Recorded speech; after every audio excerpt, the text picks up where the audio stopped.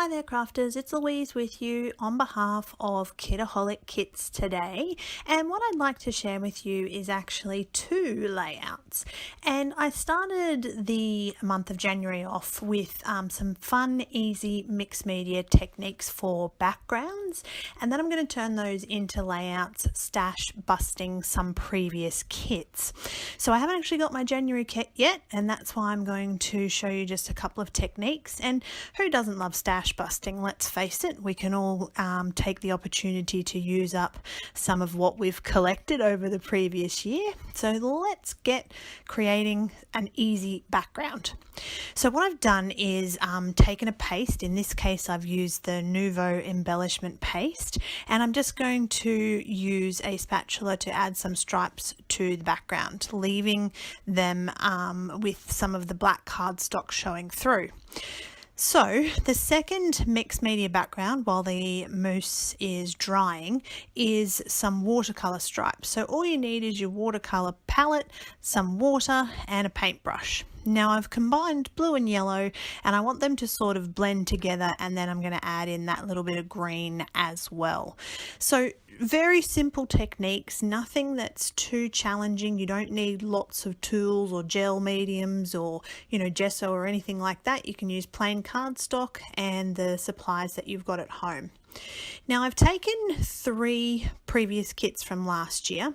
I didn't have too much left of a couple of the kits, but I had quite a bit left of the Cocoa Vanilla Midnight collection, and that was purely just because I found it more challenging to work with because it wasn't quite the bright colours that I like to create with. So what I'm trying to do is go through, and I haven't chosen a picture yet. What I'm doing is thinking about the background that I've created with this sort of very light aqua color going on, and picking out elements from the collections that I've got, the kits that I've got left, and putting together a layout. So the little 3x4 Project Life card said together is the best place to be. So looking through my photo stash, I saw this old photo taken, 8 years ago now, while we were on our honeymoon. So I decided that that suited the Project Life card, and that's what gave me sort of the idea for this page. Now I'm adding little elements as I go along here. You can see I've popped a doily in the background.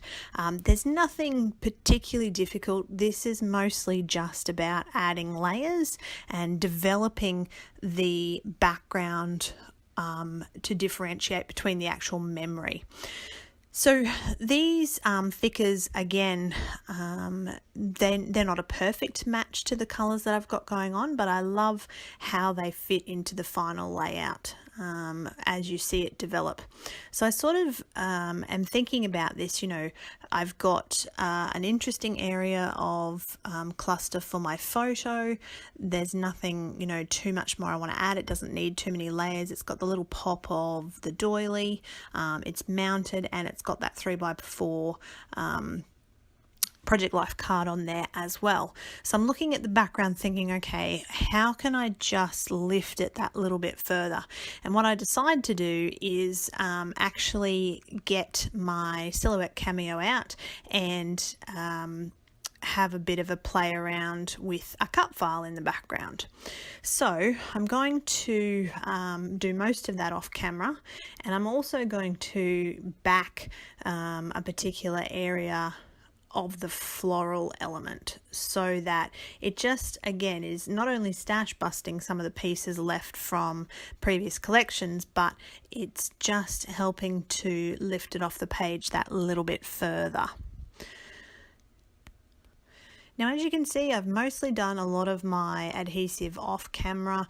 I am going to glue most of these elements onto the back of the page, just because they tend to stick a little bit better on the mediums in the background if I use the tacky glue as opposed to the actual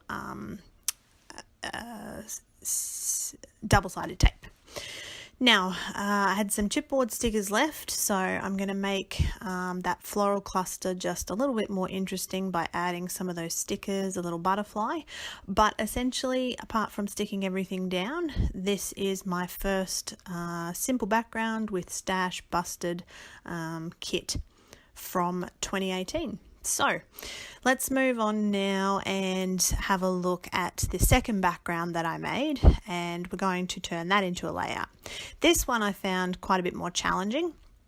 Not so much the layout itself, but getting a photo to fit with it. I wanted to do multi-photo because I know that when you guys watch a video, you like to see us do multi-photo layouts.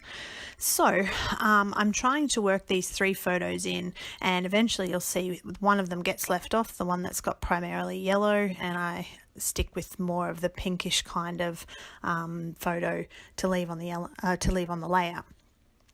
So I'm looking at this watercolor background and I'm thinking to myself, okay, I like the watercolor background, but it just needed something more. It needed black to make it more interesting. So I just took my black pencil and my circle cutters and just added those circles in all different areas.